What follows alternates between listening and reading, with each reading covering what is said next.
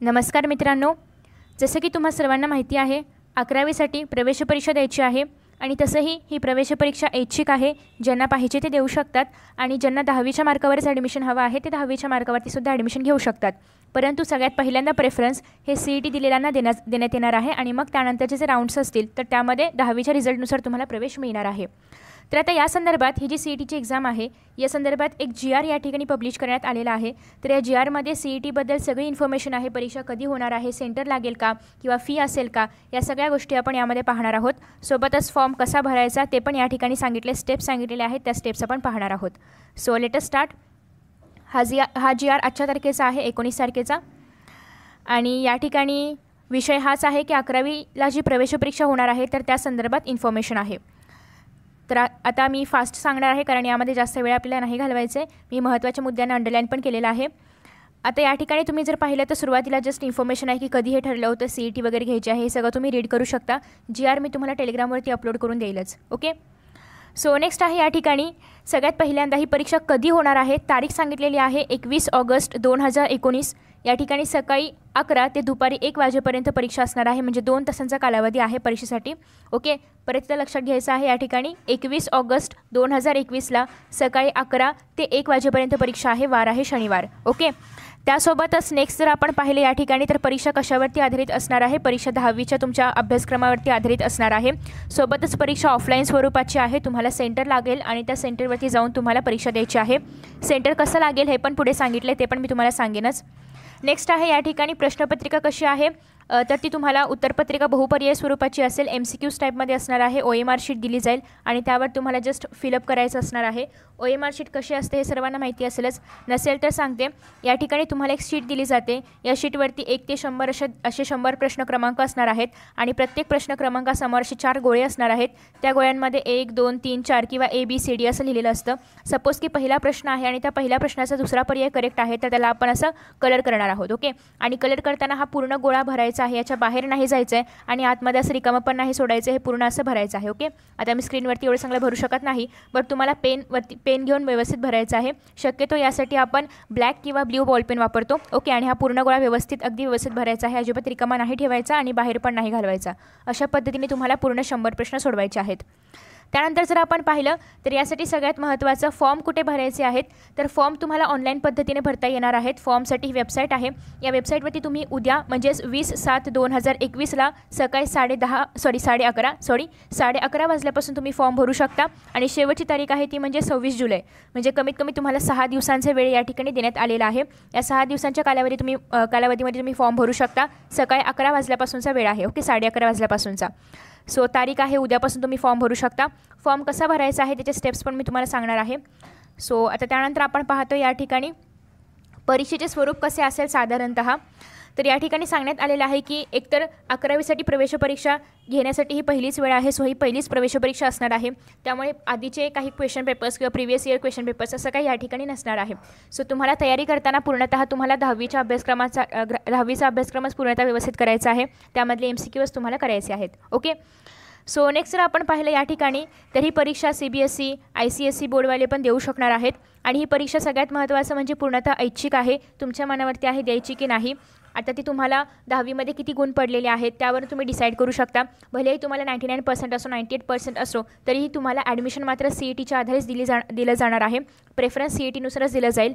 पण CET नंतर सगळे CETचे ॲडमिशन झाल्यानंतर मग जागा शिल्लक राहणार आहेतच, कारण प्रत्येक विद्यार्थ्याला ॲडमिशन भेटणार असं ऑलरेडी आपल्याला सांगण्यात आलेलं आहे. सो मग त्याच्यानंतर आफ्टर दॅट जे काही राऊंड असतील 3rd राऊंड किंवा 4th राऊंड तर त्यामध्ये मग तुम्हाला 10वीच्या तुमच्या रिझल्टच्या आधारे तुम्हाला ॲडमिशन मिळू शकतं. ओके. सो सगळ्यात पहिल्यांदा मात्र CETच्या आधारेच ॲडमिशन दिलं जाणार आहे.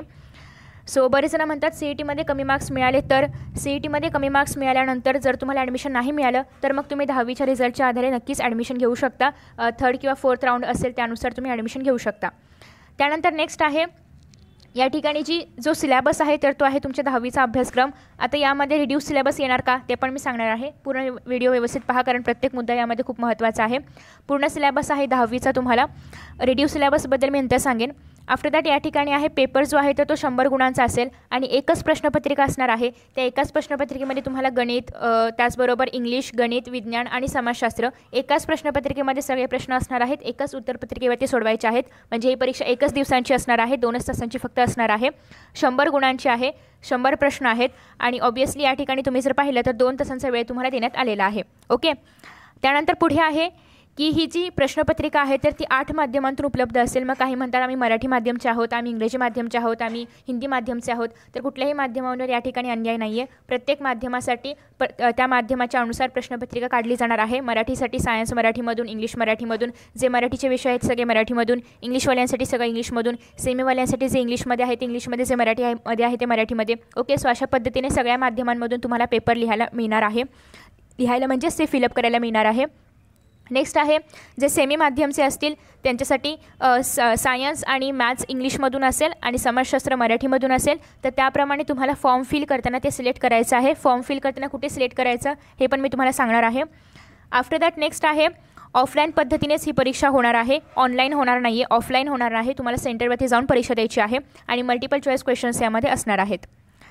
त्यानंतर पुढे जर आपण पाहिलं हे तर तुम्हाला सर्वांना माहितीच आहे की प्रत्येक विषय हा 25 गुणांसाठी आहे. एकूण गुण या ठिकाणी 100 आहेत आणि या ठिकाणी 100 गुणांचा एकच पेपर असणार आहे. 100 प्रश्न असणार म्हणजे प्रत्येक विषयाचे 25-25 प्रश्न या ठिकाणी असणार आहेत. आता या ठिकाणी जर आपण पाहिलं गणित भाग 1 भाग 2 या दोघांचे मिळून 25 प्रश्न असतील आणि विज्ञान भाग 1 भाग 2 दोघांचे मिळून 25 प्रश्न असतील. त्याचबरोबर इतिहास, राज्यशास्त्र आणि भूगोल या तिघांचे मिळून 25 प्रश्न असणार आहेत. ओके. सो साधारणतः प्रश्नपत्रिकेचं स्वरूप अशा प्रकारचं असणार आहे. आणि त्यानंतर जर आपण पाहिलं पुन्हा एकदा या ठिकाणी सांगितले की 10वीच्याच तुमच्या अभ्यासक्रमावरती ही परीक्षा होणार आहे. त्यानंतर पुढे आपण पाहणार आहोत की जी 8 माध्यमं आहेत की ज्यामध्ये परीक्षा घेतली जाणार आहेत तर ती माध्यमे या ठिकाणी सांगितलेली आहेत. प्रत्येक माध्यमांमधून परीक्षा घेतली जाणार आहे. त्यानंतर फक्त तुम्ही जेव्हा फॉर्म फिल करणार तर तेव्हा त्या आवेदनपत्रामध्ये तुम्हाला ते नमूद करायचं आहे की तुम्ही कोणत्या माध्यमामधून आहात. सेमीमधून असाल तर सेमीमधले तुम्हाला विषय त्या ठिकाणी लिहायचे म्हणजे भरायचे असतील. ओके. त्यानंतर नेक्स्ट आहे या ठिकाणी ऑफलाईन पद्धतीने असेल, MCQs असणार आहेत. आणि त्यानंतर जर आपण पाहिलं तर यामध्ये जे काही विषय आहेत तर ते तुम्हाला या ठिकाणी सांगितलेले आहेत विषय कोणते कोणते आहेत आणि त्यासोबतच प्रश्न क्रमांक म्हणजे किती प्रश्न येणार वगैरे हे सगळं काही वरती सांगितलेलं आहे. त्यानंतर 25% सिलेबस तुमचा कमी करण्यात आला होता. 25%च तर 25% सिलेबस कमी करण्यात आला होता. तर त्या 25% सिलेबसवरती तुम्हाला प्रश्न विचारले जाणार नाहीत. 25% सिलेबस जो वगळण्यात आलेला आहे त्यावरती प्रश्न विचारले जाणार नाहीत. म्हणजे तुम्हाला फक्त 75% सिलेबसवरतीच या ठिकाणी प्रश्न विचारले जाणार आहेत. तुम्हाला फक्त एवढ्या सिलेबसचा अभ्यास करायचा आहे. 25% सिलेबसवरती प्रश्न येणार नाहीत हे या ठिकाणी स्पष्ट सांगितलेलं आहे. बऱ्याच जणांचा हा प्रश्न होता. बरेच जण कमेंट बॉक्समध्ये खूप दिवसांपासून हा प्रश्न विचारत होते. तर त्याचं उत्तर कदाचित तुम्हाला या ठिकाणी मिळालं असेल.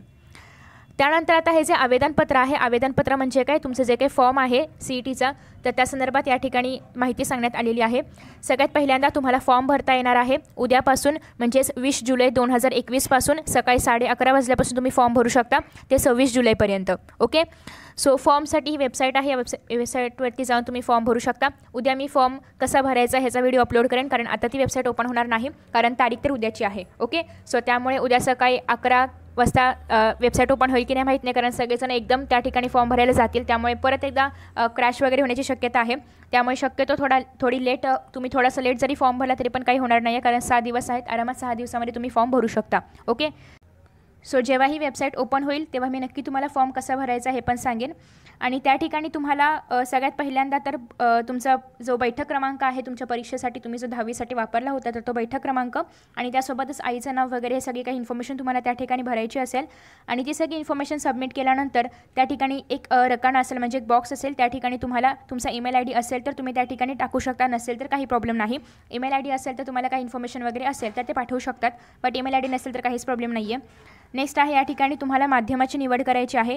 हे सगळं भरल्यानंतर तुमच्यासमोर तुम्हाला CET द्यायची आहे की नाही असा एक ऑप्शन येईल. अशा पद्धतीने त्याच्यावरती तुम्ही जर टिकमार्क केली तरच पुढचं सगळं तुम्हाला भरता येईल. जर तुम्ही टिकमार्क नाही केली तुम्हाला जर CET द्यायची नसेल तर मग पुढचं सगळं काही भरायची गरज नाही आहे. ओके. सो जस्ट तुम्हाला द्यायची की नाही हे फक्त सांगायचं, कन्फर्म करायचं आणि मग बाकीची इन्फॉर्मेशन तुम्ही भरणार आहात.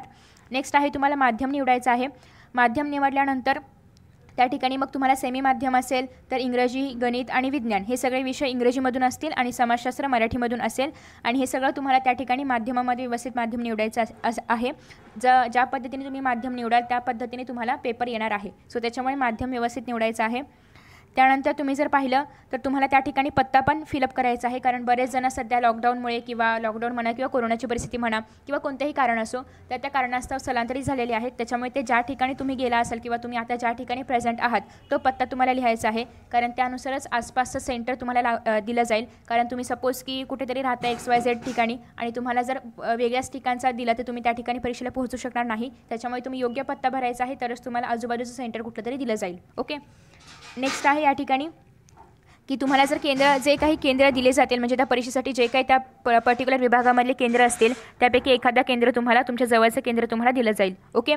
सो म्हणजेच ही परीक्षा तुमच्या शाळेमध्येच असेल, शाळेमध्येच होईल असं काही कंपल्शन नाही आहे किंवा असं होणार असं काही सांगितलं नाही आहे. तर तुम्हाला ज्या ठिकाणी आसपासचं सेंटर असेल त्या ठिकाणी येऊ शकतं. त्यासाठी तुम्हाला या ठिकाणी पत्ता खूप ॲक्युरेटली भरायचा आहे.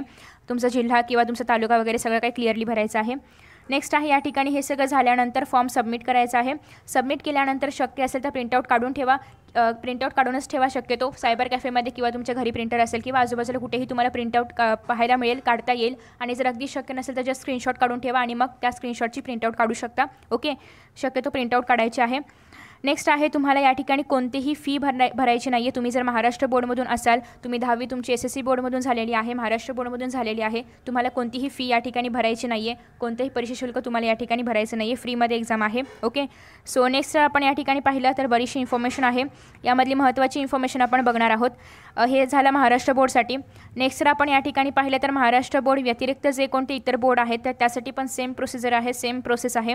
फक्त त्यांच्यासाठी प्रवेश शुल्क मात्र भरायचं आहे. जर तुम्ही इतर बोर्डमधून असाल महाराष्ट्र बोर्डच्या व्यतिरिक्त तर मग तुम्हाला मात्र प्रवेश शुल्क भरायचं आहे. बाकी सगळं सेम. आणि सोबतच तुम्ही जर इतर कोणत्या माध्यमामधून असाल, माध्यम म्हणण्यापेक्षा इतर कुठल्या बोर्डमधून असाल तर त्या बोर्डसाठी, इतर बोर्डसाठी असेल, CBSE असेल किंवा ICSE असेल, त्यासाठी तुम्हाला या ठिकाणी फोटो ID, शाळेची ओळखपत्र वगैरे वगैरे भरायचं आहे. पण जर तुम्ही महाराष्ट्र बोर्डमधून असाल तर जास्त काही भरायची गरज नाही आहे, कारण तुमचा जो काही बैठक क्रमांक आहे त्यानुसार सगळी काही इन्फॉर्मेशन बोर्डाकडे ऑलरेडी आहे. त्यानंतर तुम्हाला कोणती शुल्क नाही भरायची आहे. बट जर CBSE ICSEमधून जे विद्यार्थी आहेत त्यांना मात्र या ठिकाणी 178 रुपये शुल्क भरायचे आहे. ते तुम्ही नेट बँकिंग किंवा क्रेडिट कार्डने भरू शकता. ओके. तसंही आपल्या चॅनलवरती सगळे महाराष्ट्र बोर्डचे आहेत, त्याच्यामुळे मी या ठिकाणी जास्त काही इन्फॉर्मेशन नाही सांगत आहे. महाराष्ट्र बोर्डसाठी मी सांगितलेली आहे, प्रवेश शुल्क नाही आहे. नेक्स्ट आहे परीक्षा केंद्र. तर परीक्षा केंद्र तुम्ही ज्या जिल्ह्यामध्ये किंवा ज्या तालुक्यामध्ये, ज्या भागामध्ये राहत आहात त्यानुसार तुम्हाला केंद्र दिलं जाईल. आता ते तुम्ही जर कोणत्याही ठिकाणी राहत असाल त्या ठिकाणी जे पण केंद्र असतील त्यापैकी तुमच्या जवळचं केंद्र तुम्हाला सांगितलं जाईल. ओके. सगळी इन्फॉर्मेशन तुम्हाला त्या साईटवरती मिळेलच. ज्याप्रमाणे बोर्डाची इन्फॉर्मेशन येते त्याप्रमाणे याची पण इन्फॉर्मेशन येणार आहे. त्यानंतर नेक्स्ट आहे की तेच या ठिकाणी सांगण्यात आलेलं आहे. आफ्टर दॅट नेक्स्ट आहे प्रवेशपत्र म्हणजेच तुमचं हॉल तिकीट.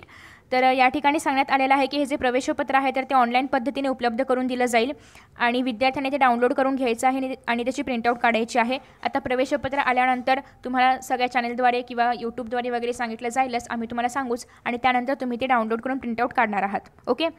त्यानंतर नेक्स्ट तुम्हाला सांगितलेलं आहे की प्रवेशपत्रावर दिलेल्या सर्व सूचना विद्यार्थ्यांनी लक्षात घ्यायच्या आहेत. आणि त्यानंतर काही दोष वगैरे असतील किंवा फोटो वगैरे काही नसेल तर ते पण तुम्हाला त्या ठिकाणी सांगायचं आहे. आणि जे काही मिस्टेक्स वगैरे दुरुस्त करणार असतील तर तुम्हाला त्या करून घ्यायच्या आहेत. ओके. शक्यतो कोणतीही मिस्टेक करू नका, कारण ती दुरुस्त करण्यासाठी वगैरे खूप वेळ जातो. त्यापेक्षा जे काही तुम्ही भरणार आहात ते सगळं बरोबर भरा. ओके. नेक्स्ट आहे या ठिकाणी तुम्हाला परीक्षेचे आयोजन आणि कार्यवाही वगैरे सांगण्यात आलेली आहे. तर परीक्षा शनिवारी आहे, ऑगस्ट महिन्यामध्ये 21 तारखेला 2021 साली सकाळी 11 ते दुपारी 1 या 2 तासांच्या कालावधीमध्ये परीक्षा घेणार आहे. परीक्षा केंद्रावरती घेण्यात येणार आहे. मग ती शाळेचं केंद्र असो, महाविद्यालयाचं केंद्र असो, जे पण तुम्हाला केंद्र लागेल त्या केंद्रावरती परीक्षा घेण्यात येणार आहे. सोबतच सध्या कोरोनाचा पिरियड सुरू आहे त्यामुळे तुमची तपासणी वगैरे केली जाईल आणि त्यासाठी तुम्हाला किमान एक तास तरी परीक्षा केंद्रावरती आधी यायचं आहे. म्हणजे 10 वाजता तुम्हाला त्या ठिकाणी जावं लागेल. आणि त्या ठिकाणी पुढे सांगितलेलं आहे की तुम्हाला सगळे जे काही नियम असतील, ज्या काही सूचना असतील त्या सगळ्यांचं काटेकोरपणे पालन करायचं आहे. आणि जे दिव्यांग विद्यार्थी आहे त्यांच्यासाठी खास सुविधा आहे या ठिकाणी की जी पण CET होणार आहे तर त्यासाठी जे दिव्यांग विद्यार्थी आहेत तर त्यांच्यासाठी जे कागदपत्र आहेत त्यांची पडताळणी केली जाईल आणि मग त्यांना परीक्षेनुसार म्हणजे त्यांच्या मागणीनुसार त्यांना जास्त वेळ किंवा लेखनिक म्हणजे इतर व्यक्ती वगैरे त्यांना दिले जातील लिहिण्यासाठी किंवा सर्कल करण्यासाठी. नेक्स्ट आहे की पण या सगळ्या संदर्भात माहिती आधी त्यांना माहिती असणं, तिथल्या लोकांना सांगणं, केंद्रामधील शिक्षकांना वगैरे सांगणं आवश्यक आहे. त्यानंतर विद्यार्थ्यांना स्वतंत्र बैठक व्यवस्थेची आवश्यकता असल्यास तशीही मागणी केली तर तुम्हाला ते पण दिलं जाईल. ओके. किमान 2 दिवस आधी तरी तुम्हाला सांगायचं आहे की स्वतंत्र बैठक व्यवस्था असायला पाहिजे वगैरे, तर मग त्यानुसार तुम्हाला उपलब्ध करून सगळं काही दिलं जाईल. ओके. नेक्स्ट आहे की फक्त जर दिव्यांग वगैरे असतील तर त्यासाठी त्याचं एक प्रूफ म्हणून तुम्हाला कागदपत्र वगैरे सगळे द्यायची आहेत. उत्तरपत्रिकेवर उत्तराची नोंद करणे कशा पद्धतीने नोंद करायची आहे तर या ठिकाणी सांगितलेलं आहे तुम्हाला ABCD असे 4 पर्याय असतील. तर ABCD या पर्याय तुम्हाला 4 दिले जातील. तुमच्याकडे OMR शीट असेल. OMR शीट तुम्ही सर्वांनी पाहिली असेलच. जर मला एखादा सॅम्पल मिळाला तर मी टेलिग्रामवरती अपलोड करेल. त्याद्वारे तुम्ही OMR शीट काय असते ती पाहू शकता. दोन शीट असतात, एक वरती आणि खाली असते. मध्ये कार्बन असतं आणि त्यानुसार तुम्ही जे वरती कराल तेच तुम्हाला खाली पण उमटणार आहे. खालचा पेपर तुम्ही घरी घेऊन जाऊ शकता जस्ट फॉर व्हेरिफिकेशन, तुम्ही बरोबर काय केले चूक काय केले हे पाहण्यासाठी. आणि वरचा पेपर मात्र तुम्हाला सबमिट करायचा असतो परीक्षा केंद्रावरती. ओके, तर त्यामध्ये 1 ते 100 प्रश्न क्रमांक असणार आहेत. प्रत्येकासमोर 4 ऑप्शन आहेत आणि प्रत्येक ऑप्शनमध्ये ABCD असा असणार आहे. करेक्ट ऑप्शनला तुम्हाला अशा पद्धतीने सर्कल करायचं आहे. त्यानंतर 4 पर्यायापैकी कोणताही एकच पर्याय करेक्ट असणार आहे. 2-2 पर्याय रंगवले तर तुमचे सगळे मार्क जातील. अशा पद्धती तुम्ही मध्ये जर क्रॉस वगैरे केला तरी पण मार्क जाणार. अर्धा गोल रंगवला तरी पण मार्क जाणार.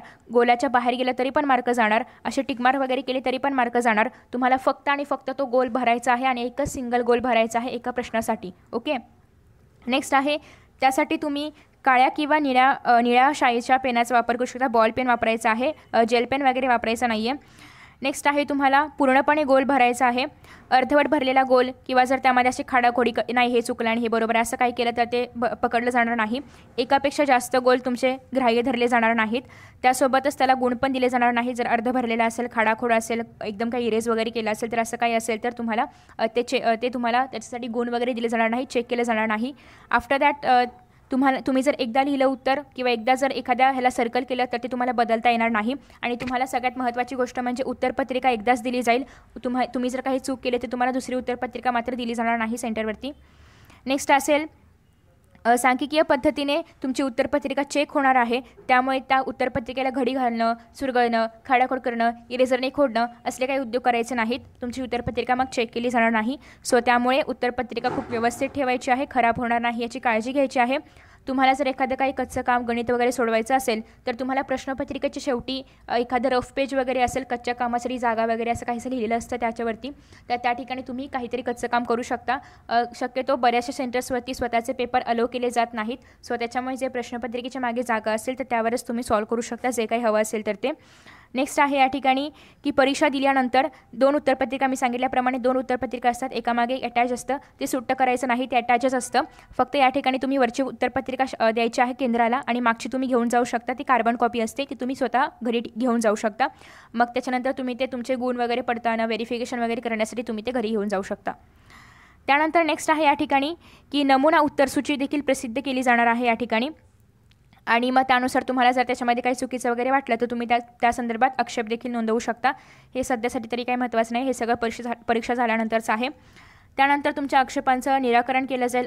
अंतिम उत्तरसूची देखील जाहीर केली जाईल आणि त्यानंतर निकाल जाहीर केला जाईल आणि गुणपत्रक देखील म्हणजे तुमची मेरिट लिस्ट वगैरे किंवा तुमचं जे पण सर्टिफिकेट वगैरे वॉटेवर जे पण असेल मार्क लिस्ट वगैरे तर ते पण या ठिकाणी जाहीर केली जाईल. ओके, मेरिट लिस्ट वगैरे शक्यतो या ठिकाणी काही मेन्शन नाही केलं आहे. बट तुमचं जे काही सर्टिफिकेट असेल किंवा जे मार्क लिस्ट वगैरे असेल तर ते पण ऑनलाईन पद्धतीने विद्यार्थ्यांना देण्यात येईल. म्हणजे ज्याप्रमाणे आता तुमचे 10वीचे निकाल तुम्हाला ऑनलाईन दिसले होते तर त्याच पद्धतीने तुम्ही CETचे रिझल्ट देखील पाहू शकता. तर आता या ठिकाणी आपण पाहतोय सिलेबस काय काय विचारला जाणार. सगळ्यात महत्त्वाचा विभाग आहे या ठिकाणी की सिलेबस कोणता विचारला जाणार. सिलेबस तुम्हाला जो सांगितलाय 10वीचा तर तोच आहे, पण त्यामधले कोणते घटक विचारले जाणार ते या ठिकाणी सांगितले. त्यामुळे व्हिडिओ अजिबात स्किप करू नका, खूप महत्त्वाचा विभाग आहे हा. इंग्लिशमध्ये कोणते कोणते विभाग येणार आहेत तर ग्रामरमधले एवढे सगळे विभाग येणार आहेत. यामधले तुम्हाला तुमच्या 10वीच्या पुस्तकामध्ये जे आहेत तर तेच या ठिकाणी विचारले जाणार आहेत. ओके, सो या ठिकाणी मॉडेल ऑक्झिलरीज असेल किंवा वर्ड रजिस्टर वगैरे सगळं आहे यामध्ये. तुम्ही जर मराठी मीडियम असाल, मराठी मीडियममधून किंवा सेमीमधून असाल तर सेमीमध्ये किंवा मराठी मीडियममध्ये यामध्ये जे काही घटक इन्व्हॉल्व आहेत तुमच्या पुस्तकामधले तर ते घटक यामधले विचारले जाणार आहेत. त्यानंतर आहे एक नॉन टेक्स्च्युअल पॅसेज म्हणजे बाहेरचा पॅसेज तुमच्या पुस्तकाव्यतिरिक्त 6 ते 8 ओळींचा असेल आणि त्यावरती आधारित MCQs असतील. त्यानंतर पोएटिकमध्ये पण तुमच्या पुस्तकामधल्या कविता वगैरे असतील आणि रायटिंग स्किलवरती आधारित काही प्रश्न जे की तुम्हाला लिहायचे नाही आहेत, तुम्हाला फक्त सर्कल करायचे आहेत असे काही प्रश्न यामध्ये विचारले जाऊ शकतात. तर हे होते इंग्लिशबद्दल. आता याच्यामधले काही टॉपिक्स प्रॉपर इंग्लिश मिडियमसाठी म्हणजे ज्यांची इंग्लिश फर्स्ट लँग्वेज आहे त्यासाठी पण आहेत आणि ज्यांची इंग्लिश थर्ड लँग्वेज आहे तर त्यासाठी पण आहे. Okay, so third language English असेल त्यामध्ये काही याच्यामधले घटक नाही आहेत पुस्तकामध्ये. जसं की या ठिकाणी जर आपण पाहिले तर काही पुस्तकामध्ये यातले घटक नाही आहेत, बट तरीही तुम्ही ते घटक आधी 9वीला वगैरे काही बेसमध्ये शिकला असाल तर ते पण तुम्हाला या ठिकाणी विचारलं जाऊ शकतं. ओके, नंतर जर आपण या ठिकाणी पाहिलं विज्ञान सायन्स वगैरे.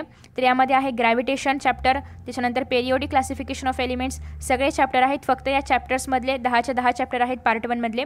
फक्त या चॅप्टर्समधले जे रिड्यूस्ड सिलेबस आहे तर ते मात्र येणार नाही आहे. बाकी सगळं 75% सिलेबस येणार आहे. त्यानंतर सायन्स पार्ट 2मधले पण 10च्या 10 धडे आहेत. गणितामध्ये जर तुम्ही या ठिकाणी पाहिलं तर याच्यानंतर काही धडे रिड्यूस केले होते, जसे की फायनान्शियल प्लॅनिंग असेल किंवा स्टॅटिस्टिक्स असेल, तर ते या ठिकाणी इन्क्लूड नाही केलेत. जेवढे या ठिकाणी धडे दिलेले आहेत तेवढेच येणार आहेत, 1 ते 4 धडे. म्हणजेच linear equations, into variables, quadratic equation, arithmetic progression आणि त्याच्यानंतर आहे प्रोबॅबिलिटी. आणि पार्ट 2मध्ये पण similarity, Pythagoras theorem, circle, coordinate geometry आणि ट्रिग्नोमेट्री. ओके, सो एवढेच पार्ट या ठिकाणी येणार आहेत. त्यानंतर इतिहासामध्ये जर आपण पाहिलं तर सगळे 7च्या 7 पार्ट आहेत. त्यामधले जे रिड्यूस केले होते, जसं की या ठिकाणी चौथा आणि वन मिनिट जसं की या ठिकाणी चौथा पाठ आणि 6वा पाठ रिड्यूस केला होता, तर ते पाठ या ठिकाणी येणार नाही आहेत. ओके, जे वगळलेले आहेत तर ते या ठिकाणी वगळलेले आहेत असं तुम्हाला या ठिकाणी सांगण्यात आलेलं आहे. सो जे पण तुम्हाला वगळलेले होते 25% सिलेबसमधून तर ते येणार नाही आहेत. जे शिल्लक होते तेवढेच येणार आहेत.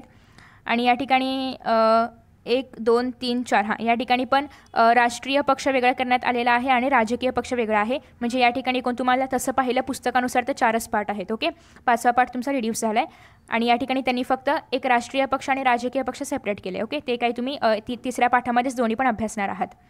त्यानंतर सगळ्यात महत्त्वाचं आहे ते म्हणजे भूगोल. भूगोलामध्ये तुम्हाला ॲक्च्युअल एकूण 9 पाठ आहेत, मात्र CETसाठी फक्त 5 पाठ या ठिकाणी समाविष्ट करण्यात आलेले आहेत. कोणते 5 पाठ आहेत नक्की लक्षात ठेवा, कारण या ठिकाणी तुम्हाला तुमचा अभ्यास थोडासा या ठिकाणी कमी करण्यात आलेला आहे.